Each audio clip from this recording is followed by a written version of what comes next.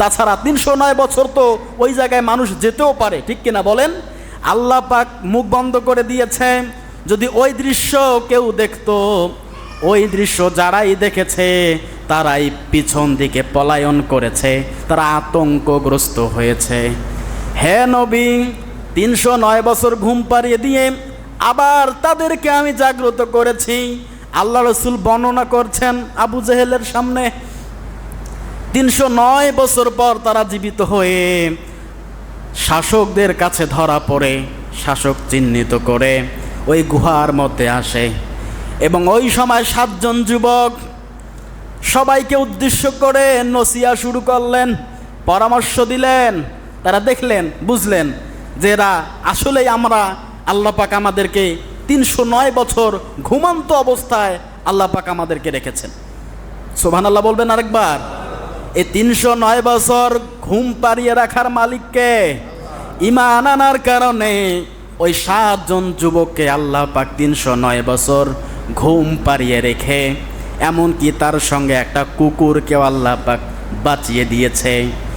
আজও যদি তামাম পৃথিবীর মুসলমানরা আল্লাহর উপর এইরকম ঈমান এনে আমরা আমাদের জীবন পরিচালনা করতে পারি, যত রকমই বিপদ আর আপদ আসুক না কেন, ওই 7 জন যুবকের মতো আমাদের ঈমানকে হেফাজত করবে কে? আল্লাহ পাক হেফাজত করবে। যারা ঈমান এনেছে তারা কখনো ঠকেনি, আল্লাহ পাক তাদেরকে ঠকায় না, ঠকাবে না, কখনোই তাদেরকে আল্লাহ পাক ঠকাবে না। এই 7 জন যুবক সবাই এসে দেখতে পাচ্ছে এরা সেই মানুষ যারা 309 বছর আগে ঘুমিয়েছিল। এরা এই লোক, মাত্র কয়েক ঘন্টার জন্য তারা জীবিত ছিল। মানুষ, রাজা তখন ওই সময়ের জামানার লোকেরা একটা অবিশ্বাস করত। তারা মনে করত যে আমরা মরে গেলে আমাদেরকে আল্লাহ পাক আর জীবিত করবে না, কিয়ামত বলতে কিছু নাই, হাসর নাকসর বলতে কিছু নাই, আখেরাত বলতে কিছু নাই। অনেকে এটা ভাবতো, বিশ্বাস করত। আর যুবকদের এই জীবিত হওয়া দেখে, ঘুমন্ত থেকে জীবিত হওয়া দেখে মানুষের বিশ্বাস পরিবর্তন হয়ে গেছে যে রব 309 বছর ঘুমিয়ে থেকে তাদেরকে জীবন দিতে পারে। অবশ্যই আমরা মরে গেলেও আমাদের হাড় গোড় হাড্ডি সব একত্রিত করে জান্নাত এবং জাহান্নামের ফয়সালা এই রবই করতে পারে। কথা বলেন ঠিক কিনা? এই যুবকরা বেশিক্ষণ বেঁচে ছিল না। গুহা থেকে বেরিয়ে সবাইকে পরামর্শ দিচ্ছেন। তারা বলছেন, আল্লাহর ওলি, ওহে আউলিয়াগণ, আমাদেরকে পরামর্শ দেন, আমাদেরকে আপনারা নসিহা করেন, পরামর্শ দেন, কি করতে পারি আমরা। ওরা আল্লাহ পাকের বাণীগুলো শোনালেন। শোনানোর পরে শাসক নির্দেশ দিলেন, এই কয়েকজন যুবককে শহরে নিয়ে যাওয়া হবে, শহরের মধ্যে সাজসজ্জা তৈরি করো, আনন্দের রোল বইয়ে দাও। এই 7 জন আল্লাহ পাকের ওলি আমাদের শহরের মধ্যে আগমন করবে। সবাইকে খবর দেওয়া হলো।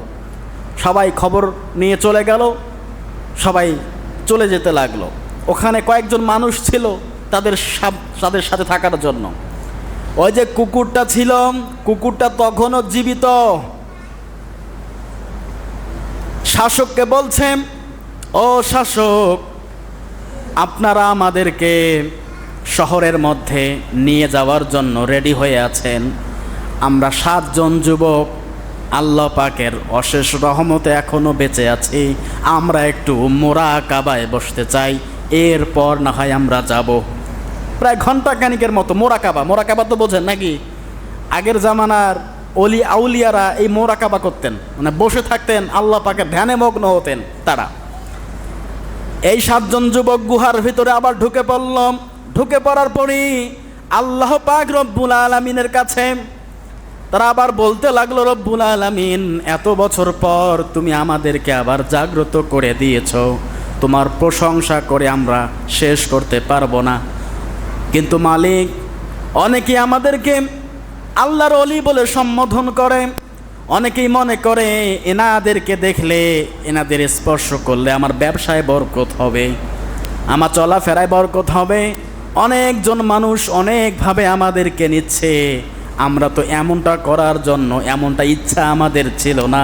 আমাদের শুধু একটাই ইচ্ছা ছিল, তোমার প্রতি ঈমান আনার একটা বিষয়। আমরা শুধু ঈমান আনবো, আমরা তো এত স্বাচ্ছন্দ্য চাই নাই, আমরা তো এত কিছু চাই না কখনো। আল্লাহ পাক রব্বুল আলামিন ওই যুবকদেরকে যখন গুহার মধ্যে তারা যখন ঢুকে পড়ল, ওই সময় প্রথমে কুকুরটা মরে যায়। শাসকরা দেখতে পাচ্ছে কুকুরটার জীবিত নাই, একটু আগেই জীবিত ছিল, হঠাৎ করে মরা। জীবন দেওয়ার আর নেওয়ার মালিক কে বলেন তো? কুকুরটা মরে গেছে। হঠাৎ করে দেখে কুকুরটা মারা গেল, গুহার সামনে থেকে কুকুরটা মরে গেছে। এইদিকে প্রহরীরা গুহার সামনে গিয়ে বলছে, ও আল্লাহর আউলিয়াগণ, আপনাদের সাক্ষাৎ, আপনাদের সাথে যে কুকুরটা ছিল ও তো মনে হয় মরে গেছে, আপনারা কি শুনতে পাচ্ছেন? এত করে ডাকা হয়, তারা আর ডাক শোনে না, কারণ একসঙ্গে আল্লাহ পাক ওদের রুহুটাকে কবজ করে নিয়েছে। সুবহানাল্লাহ। আশ্চর্যজনক ব্যাপার না? বলেন, আশ্চর্যজনক ব্যাপার। ভিতরে প্রবেশ করে দেখে ওই 7 জন যুবক সিজদা অবনত অবস্থায়, আর তারা দুনিয়াতে নাই, তারা এখন ইন্তেকাল করেছে, তারা পরের জগতে চলে গেছে। এই যে লক্ষ মানুষ তাদেরকে দেখলো, তারা জীবিত 309 বছর আগের, এটা প্রমাণিত। এদের ঈমানকে মজবুত করার কারণে, ওই অবিশ্বাসীদেরকে বিশ্বাস করার কারণেই আল্লাহ পাক রব্বুল আলামিন কি করলেন? এই যুবকদেরকে আবার জীবিত করেছেন।